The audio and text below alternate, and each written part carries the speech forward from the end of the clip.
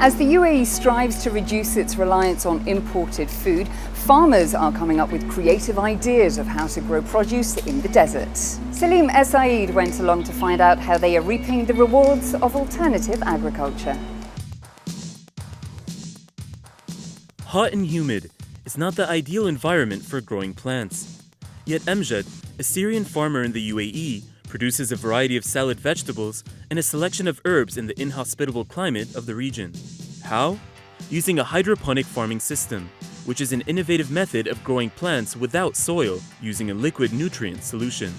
Chilled water runs through these insulating tubes to nourish plants like this Boston lettuce, grown in a fibrous material made from crushed rock called rock wool, which holds water like a sponge, and once used up, that same water drains back to be filtered, recycled, and used all over again. Using alternative farming systems has saved Amjad around 90% of the water he would have used farming with traditional methods. Hydroponics, combined with a vertical farming rotatory field, a stackable and rotating farm bed with 18 rows, has also saved him space, allowing him to be located closer to the city and deliver produce to stores quicker, reducing the farm's environmental footprint. That's a rotatory greenhouse which we apply in 2005 is our first rotatory greenhouse applied in all the Middle East, and it's the largest one in all this area. Due to rotatory system, you are going to plant in the same areas for traditional agriculture. It needs around 6 times like this one. The Emirates Hydroponics farm is about 2 hectares large, around the size of 2 rugby fields.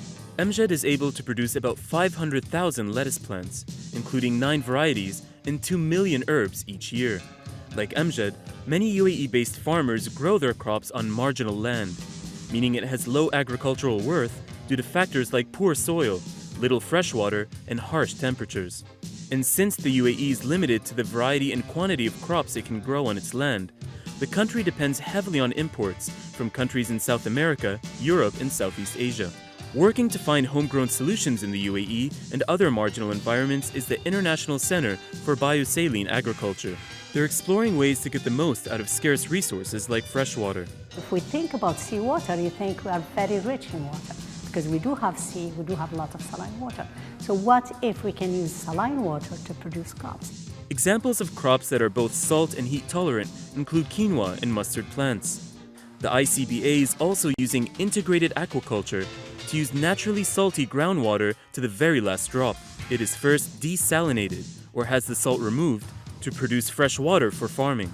And it also produces brine, a highly concentrated salt water which is used to farm fish. In a separate operation, different vats of the brine water are enriched with the fish's waste products and used to fertilize a sea bean-like vegetable like salicornia. Another growing trend in regional agriculture is precision farming, which gives the plants the exact amount of what they need. The date palms requires about 50 liters a day in winter time and about 150 in the summertime.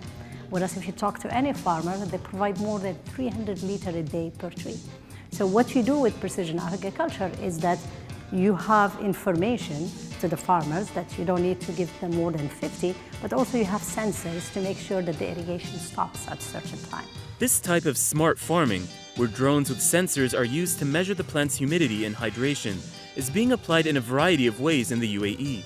And the country is also planning to build the world's largest vertical farm later this year. On top of that, Masdar City, a $15 billion eco-friendly city in the desert of Abu Dhabi, plans to test smart home farms, plus keep looking at ways to better conserve energy and water nationwide.